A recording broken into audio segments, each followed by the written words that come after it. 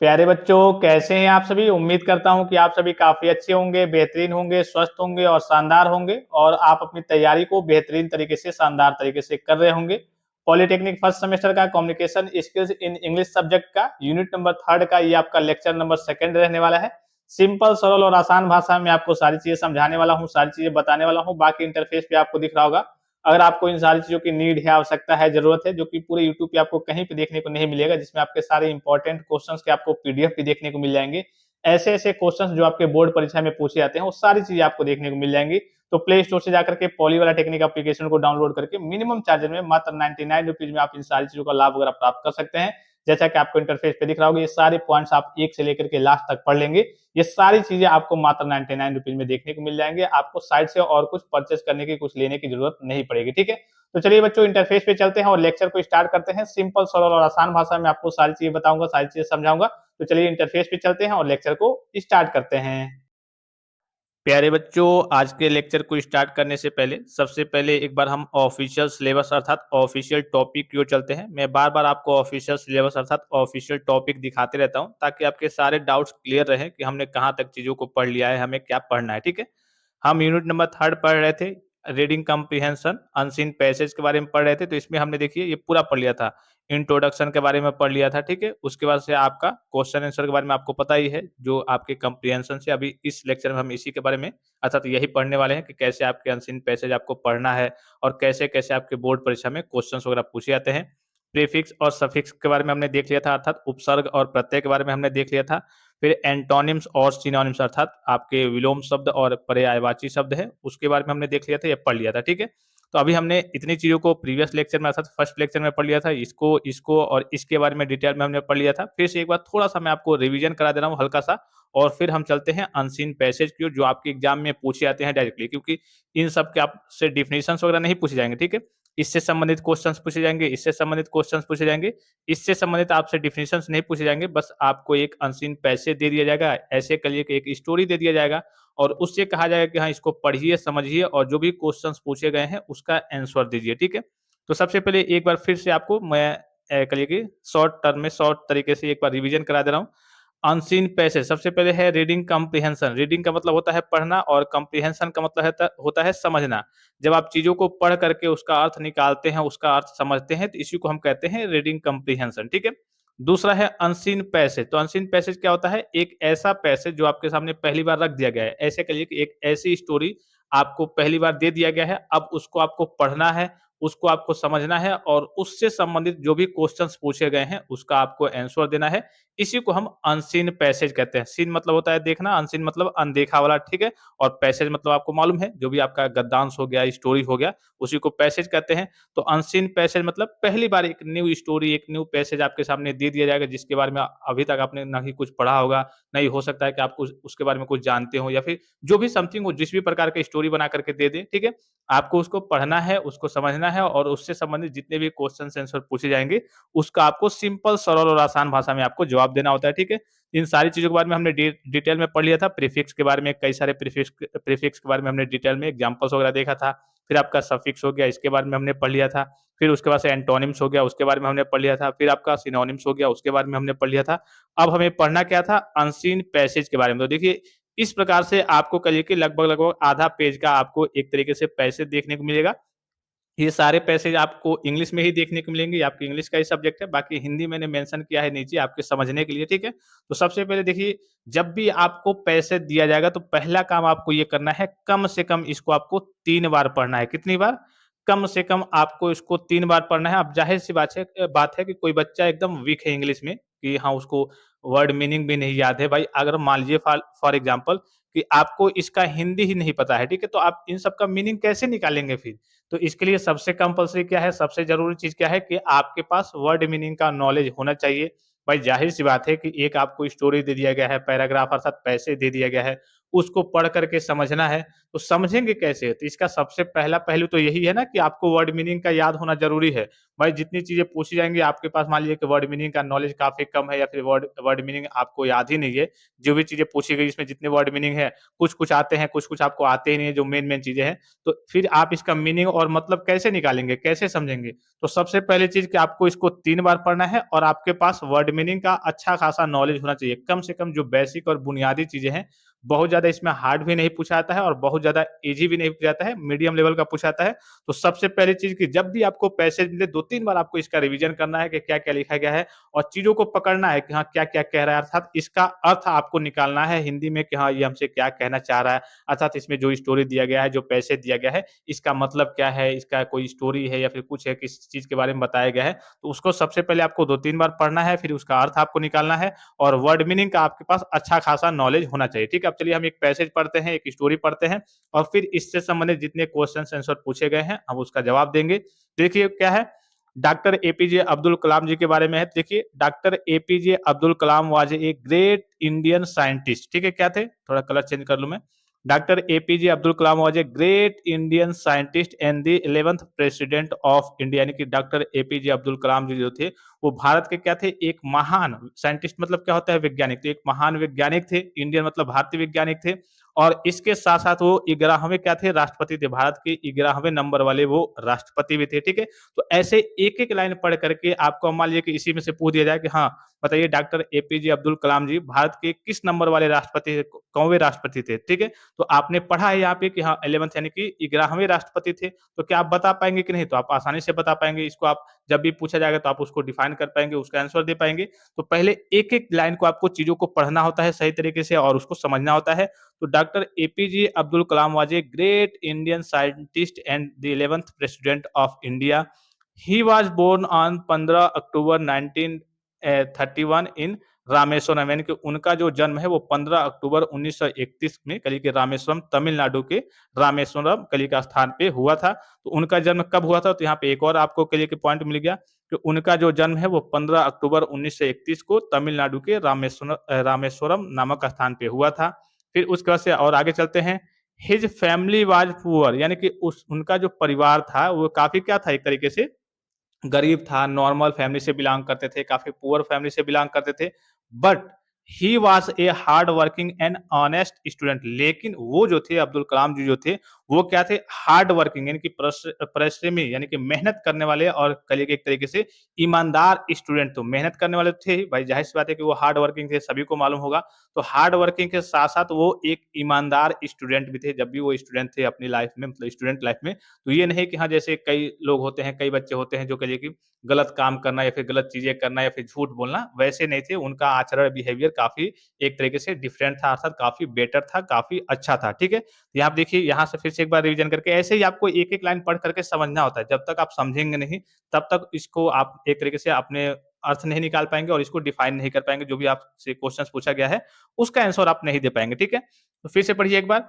Tamil Nadu his family was poor यानी कि उनका जो परिवार था वो काफ़ी गरीब था but he was a hard working and honest student लेकिन वो क्या थे हार्ड वर्किंग यानी कि परिश्रम करने वाले एक तरीके से विद्यार्थी थे और इसके साथ-साथ वो ऑनेस्ट भी थे यानी कि ईमानदार भी थे।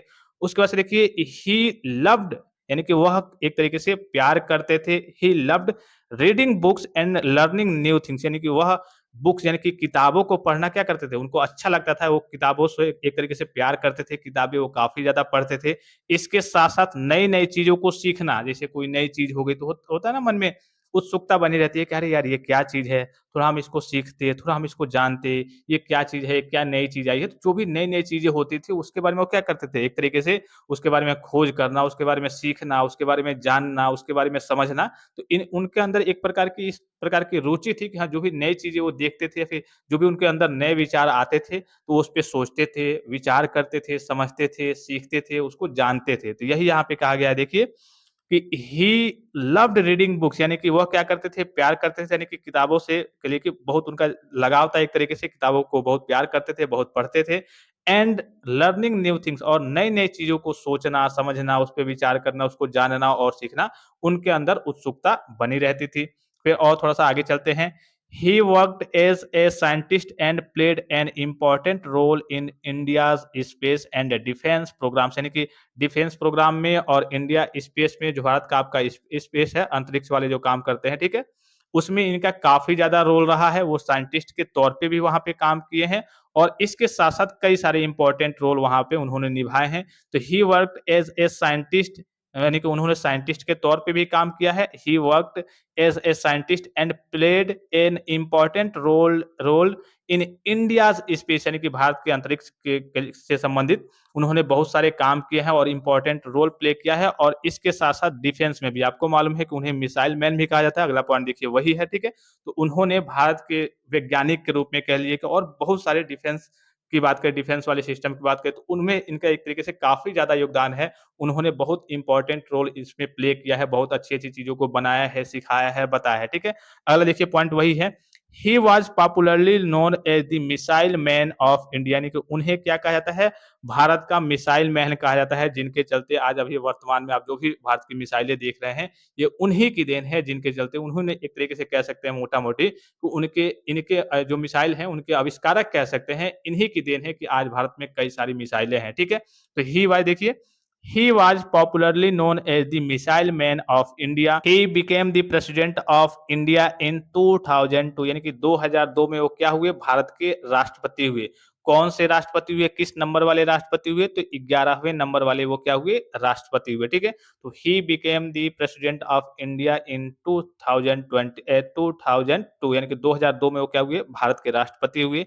He always encouraged he always encouraged students to dream big and work hard, यानी कि वो क्या करते थे? हमेशा जितने भी स्टूडेंट्स हैं उनको प्रेरित करते थे, मोटिवेट करते थे कि हाँ, बड़े सपने देखो और वर्क हार्ड, यानी कि कठिन परिश्रम करो। भाई ज़ाहिर-सी बात है कि बिना परिश्रम के, बिना मेहनत के क्या कोई कोई चीज़ मिल सकता है? तो आप अच्छे से कठिन परिश्रम भी करो और बड़े सपने देखो, अच्छी-अच्छी चीज़ों के बारे में सोचो, अरे बड़े-बड़े सपने देखो कि हम ये करेंगे, हमें ये करना है। मतलब कुछ ना कुछ आपको सपने देखने हैं और अच्छे खासे बड़े-बड़े सपने देखते हैं कि अरे हम ये कर सकते हैं। भाई ज़ाहिर-सी बात है कि वो भी एक इंसान थे।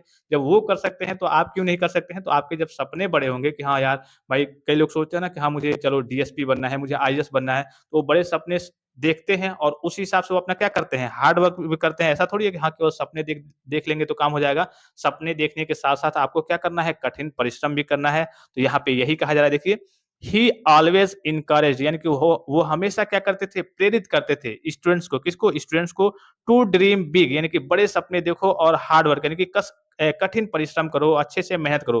तो he always encourage students to dream big and work hard.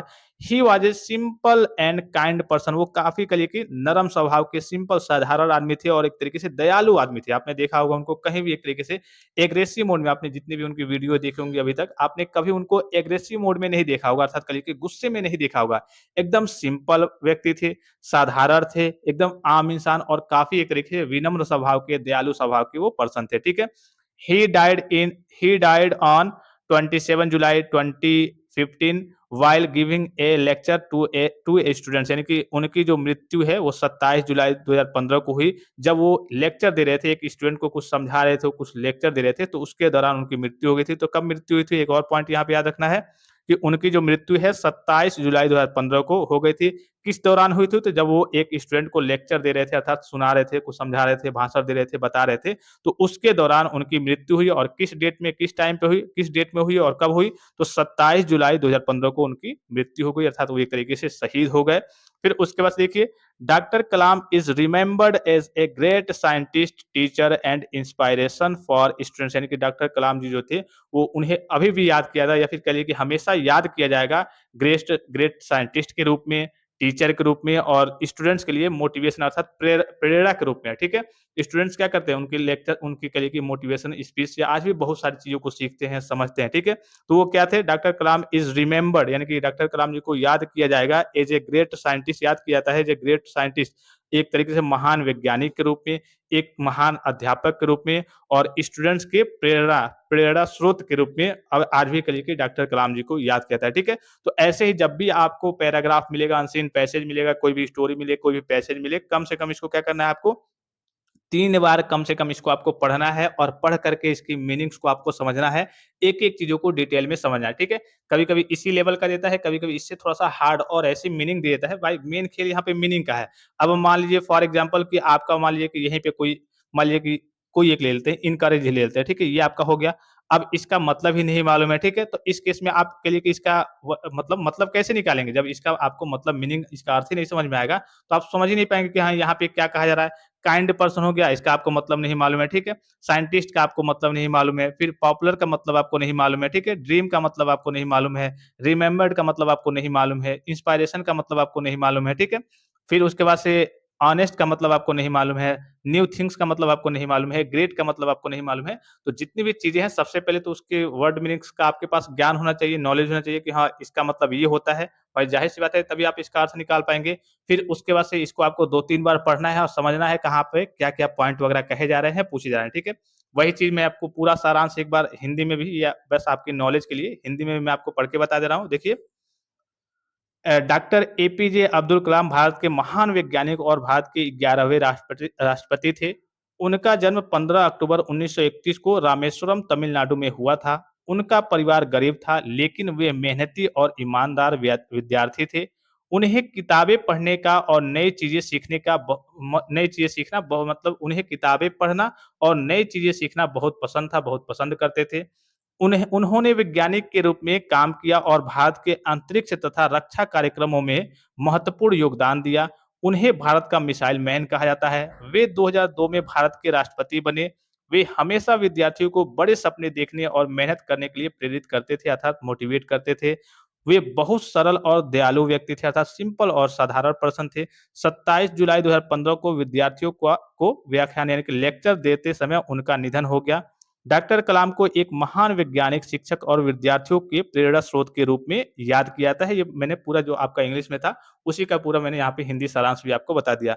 अब कुछ नहीं बस आप पैसेज पढ़ेंगे तो इसी के नीचे आएँगे तो इसी से संबंधित आपसे 2, 4, 5, 6 क्वेश्चन्स पूछे जाएँगे, जिसमें आपके कुछ प्रीफिक्स और सफिक्स वाले भी क्वेश्चन्स रहेंगे, कुछ एंटोनिम्स और सिनोनिम्स वाले क्वेश्चन्स रहेंगे और कुछ उस पैसेज से संबंधित नॉर्मल सभी पैसेज से ही पूछे जाएँगे। जो भी आपके प्रीफिक्स और सफिक्स पूछे जाएँगे, वो भी आपके पैसेज से ही पूछे जाएँगे।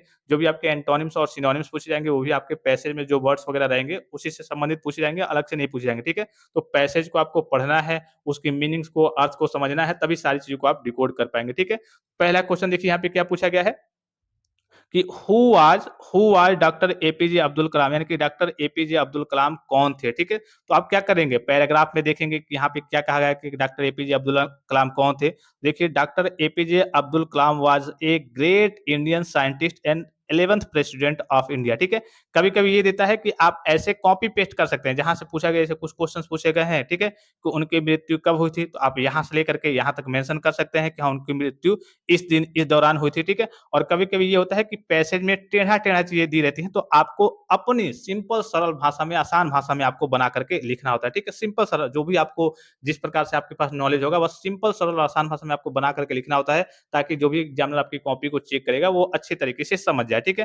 तो पहला क्वेश्चन इसमें क्या पूछा गया है कि हू was doctor APJ Abdul Kalam यानी कि डॉक्टर एपीजे अब्दुल कलाम कौन थे? तो he was a great Indian scientist and 11th president of India यानी कि वे महान भारतीय वैज्ञानिक और भारत के 11वें राष्ट्रपति थे। फिर दूसरा क्वेश्चन देखिए क्या पूछा गया है, when was doctor Kalam born यानी कि उनका जन्म कब हुआ था? तो ये भी आपने ऊपर पैराग्राफ में पैसेज में पढ़ा।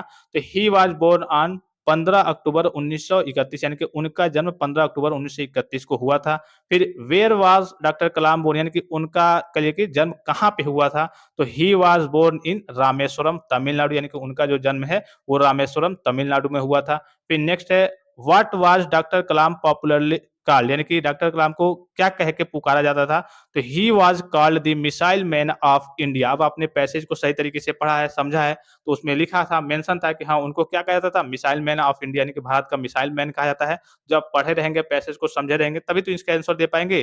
तो उन्हें देखिए भारत का मिसाइल मैन कहा जाता है। बस ऐसे नॉर्मल क्वेश्चन्स पूछेंगे, बस आपको मीनिंग डिकोड करना है। अगर आप मीनिंग अर्थ समझ गए, तो आप सारी चीज़ों का जो भी आपसे क्वेश्चन पूछे जाएँगे, उसका आंसर आप इज़िली दे पाएँगे। फिर देखिए what did doctor Kalam encourage students to do यानी कि जो डॉक्टर कलाम जी थे वो स्टूडेंट्स को किस प्रकार से प्रेरित करते थे, किस प्रकार से मोटिवेट करते थे। तो ही encouraged students to dream big and work hard, यानी कि उन्होंने विद्यार्थियों को बड़े सपने देखने और मेहनत करने के लिए प्रेरित किया। ठीक है? ये सिंपल-सिंपल क्वेश्चंस पूछे जाएँगे, पहले नॉर्मल से 2-4 क्वेश्चंस पूछे जाएँगे, उसका आंसर देना होगा और उसके बाद से आपके क्वेश्चंस प्रीफिक्स वाले पूछे जाएँगे और सफिक्स वाले 2-2 या फिर 4-4 पूछे जाएँगे। तो प्रीफिक्स में क्या होता है, जब भी कोई वर्ड देगा, जब भी कोई वर्ड मान लीजिए कि आपसे दे दिया है ऑनेस्ट, ठीक है? आपको दे दिया है ऑनेस्ट, अब इसमें क्या करेंगे आप? ऑनेस्ट दिया है, अब प्रीफिक्स में ये होता है कि किसी जो भी शब्द दिया है उसके पहले लगा करके उसके अर्थ को बदलना होता है। ऑनेस्ट मतलब क्या होता है? ईमानदार, ठीक है? तो आप इसके आगे अगर डिस लगा देंगे तो डिसऑनेस्ट हो जाएगा। डिसऑनेस्ट मतलब क्या होता है? बेईमान होता है एक तरीके से, ठीक है? जो ईमानदार नहीं होते हैं तो डिसऑनेस्ट हो जाएगा। स्पेस मतलब क्या होता है? आपका अंतरिक्ष भी होता है, आपका जगह भी होता है, तो वर्क स्पेस अर्थात स्पेस के पहले हम वर्क लगा दिए तो वर्क स्पेस हो जाएगा अर्थात कार्यस्थान हो गया, अर्थात कार्यस्थल जिसे कहते हैं। मैन हो गया, मैन मतलब क्या होता है? आदमी, ठीक है? तो अब इसके पहले हम डब्ल्यू-ओ लगा देंगे तो ओमेन हो गया, ओमेन मतलब क्या हो जाएगा? आपकी औरत या फिर महिला हो जाएगा। फिर प्ले हो गया, प्ले मतलब क्या होता है? खेलना। अब प्ले के आगे हम डिश लगा दिए, अब डिस्प्ले मतलब क्या हो जाएगा? एक प्रकार का जिसपे स्क्रीन पे आप चीज़ों को देखते हैं उसे हम क्या कहते हैं? डिस्प्ले कहते हैं। तो ये प्रीफिक्स हो गया, उसी से आपके जो भी पैसेज है उसी से संबंधित चीज़ें पूछी जाएँगी, ठीक है? फिर उसके बाद से सफिक्स, सफिक्स में क्या होता है? इसमें आप पहले लगा कर के कलिए के अर्थ को बदलते हैं, नई मीनिंग को बनाते हैं और इसमें सफिक्स में क्या होता है? आप बाद में लगा करके चीज़ों को बाद में जो भी आपके लेटर्स हैं या फिर ग्रुप ऑफ लेटर्स हैं, उसको ऐड करके, उसको लगा करके आप दूसरी मीनिंग एक तरीके से तैयार करते हैं, ठीक है? जैसे देखिए, आपके पास दिया हुआ है इंडिया, क्या दिया हुआ है? आपके पास दिया है इंडिया, ठीक है? इंडिया मतलब क्या है? आपका भारत है एक तरीके से। अब उसके बाद से इसमें लगा देंगे एएन, इंडिया तो है ही, बस एन लगा देंगे, एक आप कहिए कि अक्षर लगा देंगे तो हो जाएगा इंडियन। इंडियन मतलब क्या होता है? भारतीय होता है, ठीक है? तो इंडिया मतलब भारत और इंडियन मतलब क्या हो जाएगा? आपका भारतीय हो जाएगा। देखिए लास्ट में हमने बस एन लगा दिया। फिर उसके बाद से दूसरा है ग्रेट, ग्रेट मतलब क्या होता है? महान, ठीक है? अब हमने इसमें ई आर लास्ट में लगा दिया। अब क्या हो जाएगा? ग्रेटर मतलब कि बहुत महान, जो बड़े महान होते हैं, ग्रेटेस्ट या फिर ग्रेटर, ठीक है? महानता। फिर टीच मतलब क्या होता है? पढ़ाना। आप कहिए कि कोई टीचर होते हैं वो क्या करते हैं? टीचिंग कराते हैं अर्थात पढ़ाते हैं। टीच मतलब पढ़ाना। अब इसी में हमने लास्ट में ई आर लगा दिया, टीच में ई आर लगा दिया तो इसका मतलब क्या हो जाएगा? टीचर जो पढ़ाता है अर्थात अध्यापक हो जाएगा। ग्रेट मतलब क्या होता है? महान, ठीक है? अब ग्रेटफुल हो जाएगा, ग्रेटफुल मतलब महानता हो जाएगा, ठीक है? तो इसी प्रकार से ये आपके कुछ प्रीफिक्स पूछे जाएँगे और कुछ सफिक्स पूछे जाएँगे, जिसका आंसर आपको देना होगा। फिर उसके बाद से आपसे एंटोनिम्स और सिनोनिम्स भी पूछे जाएँगे, तो एंटोनिम्स, सिनोनिम्स सब आपसे पैसेज से ही, आपके पैसेज से ही पूछे जाएँगे, उससे बाहर की चीज़ें नहीं पूछी जाएँगी। तो उसका अगर आप वर्ड मीनिंग आपको याद है, उसको डिकोड कर पाते हैं, तो अच्छा है, आपके लिए बेटर है, आसानी से आप चीज़ों को आंसर दे पाएँगे, चीज़ों को कर पाएँगे, ठीक है? इसमें देखिए, पूछा गया है पहला पुअर, पुअर मतलब क्या होता है? आपका गरीब होता है, तो इसका विलोम शब्द क्या हो जाएगा? रिच अर्थात धनी, जो अमीर होते हैं। लर्न मतलब क्या होता है? याद करना, तो इसका उल्टा क्या हो जाएगा? फॉरगेट मतलब भूल जाना। डिफेंस मतलब क्या होता है? रक्षा करना, तो डिफेंस का क्या हो जाएगा? अटैक मतलब वार करना। ड्रीम मतलब क्या होता है? सपना देखना, तो ड्रीम का क्या हो जाएगा? रियलिटी यानी कि वास्तविकता हो जाएगा, वास्तविक में, ठीक है? वास्तव में। फिर उसके बाद से ये आपका विलोम शब्द हो गया, ठीक है? एंटोनिम्स हो गया, उसके बाद से आपसे सिनोनिम्स भी पूछे जाएँगे। सिनोनिम्स मतलब क्या होता है? सेम जिसका अर्थ निकलता है, ठीक है? जैसे रिमेंबर, रिमेंबर मतलब क्या होता है? सिनोनिम्स देखिए, रिमेंबर, रिमेंबर मतलब क्या होता है? याद करना, ठीक है? तो रिमाइंड कह लीजिए, रिमाइंड मतलब याद होता है, रिकॉल मतलब याद होता है, रिटेन मतलब भी याद करना ही होता है, बियर इन माइंड मतलब भी याद करना ही होता है। इंस्पायरेशन यानी कि एक तरीके से प्रेरित करना, तो इंस्पायरेशन का क्या हो जाएगा? मोटिवेशन, मोटिवेट करना, इन्फ्लुएंस करना या फिर स्पार्क करना। फिर पॉपुलर, पॉपुलर मतलब क्या होता है? जैसे जो भी फेमस हो गई, कोई चीज़ प्रसिद्ध हो गई तो उसे हम क्या कहते हैं? पॉपुलर हो गया है, देखो कितना पॉपुलर हो गया है। तो पॉपुलर का क्या हो जाएगा सिनोनिम्स? फेमस हो जाएगा, बिलव्ड हो जाएगा, प्यारा हो जाएगा, वेल नोन यानी कि अच्छे से जाना जाने वाला, वही आपका पॉपुलर हो गया, ठीक है? फिर साइंटिस्ट, साइंटिस्ट मतलब क्या होता है? वैज्ञानिक, तो वैज्ञानिक क्या होते हैं? रिसर्चर होते हैं, स्कॉलर होते हैं, एनालिस्ट होते हैं, जो कहिए कि गणनाओं के करते हैं, चीज़ों को बारे में अध्ययन करते हैं, टेक्नोलॉजिस्ट भी कहते हैं, ठीक है? तो ये सिनोनिम्स हो गए, तो सिनोनिम्स भी आपसे 2 ही पूछे जाएँगे, जहाँ तक उम्मीद है 2 ही पूछे जाएँगे, एंटोनिम्स और सिनोनिम्स और प्रीफिक्स और सफिक्स 2-2 आपसे पूछे जाएँगे, बस उसका आंसर आपको देना होता है, ठीक है? तो सेम इसी प्रकार से आपको कुछ नहीं करना है, बस आपको पैसेज को पढ़ना है ध्यान से, उसकी वर्ड मीनिंग को आपको डिकोड करना है और नीचे उसके आएँगे तो आपसे क्वेश्चंस पूछे रहेंगे उससे रिलेटेड, उसको आप पैसेज को सही तरीके से पढ़ेंगे और इस क्वेश्चंस का आंसर देंगे। क्वेश्चंस का आंसर जैसे दे लेंगे, उसके नीचे आपसे वही क्वेश्चंस के रूप में आपके प्रीफिक्स भी पूछे जाएँगे, सफिक्स भी पूछे जाएँगे और एंटोनिम्स भी पूछे जाएँगे और सिनोनिम्स भी पूछे जाएँगे। इसका आपको आंसर देना होता है। तो काफ़ी सिंपल है, काफ़ी ईज़ी है और भी कई सारे आप प्रैक्टिस कर लेंगे अपने हिसाब से। इसका बस मेन इसमें ये है कि हाँ, अगर आपको ट्रांसलेशन आता है, टेंस आता है और आपको वर्ड मीनिंग याद है, तो इसमें आपको पैसेज में किसी प्रकार की समस्या नहीं होगी। बाकी अगर जो बच्चे थोड़ा-सा वीक भी हैं, तो ज़्यादा से ज़्यादा आप कुछ पैसेज वगैरह की प्रैक्टिस कर लेंगे, क्या कैसे-कैसे उसमें से क्वेश्चन्स पढ़ना है, उसकी मीनिंग को कैसे-कैसे ध्यान देना है, कैसे-कैसे ट्रांसलेशन को हमें डिकोड करना है। भाई अगर आपको ट्रांसलेशन टेंस वगैरह ही नहीं आता है, तो आप उसका अर्थ निकाल ही नहीं पाएँगे, ना टेंस आता है, ना ही उसका वर्ड मीनिंग आपको याद है। तो बस अगर आपको टेंस ठीक-ठाक आता है, थोड़ा बहुत भी आता है और आपको उसकी मीनिंग वगैरह याद है, वर्ड मीनिंग याद है, तो आप आसानी से चीज़ों को कर पाएँगे। इस चैप्टर में, इस यूनिट में आपको किसी प्रकार की समस्या देखने को नहीं मिलेगी। तो आज आपका ये यूनिट समाप्त हो गया। अब हमने यूनिट नंबर फर्स्ट को कंप्लीट कर लिया है, सेकंड को कंप्लीट कर लिया है, थर्ड को कंप्लीट कर लिया है। अब नेक्स्ट लेक्चर से हम यूनिट नंबर फोर्थ को स्टार्ट करने वाले हैं। आई होप कि ये लेक्चर आपको काफ़ी ज़्यादा हेल्पफुल और इन्फॉर्मेटिव लगा होगा। फिलहाल इस लेक्चर में इतना ही, इजाज़त दीजिए। धन्यवाद। Thanks for watching. मिलते हैं नेक्स्ट लेक्चर में।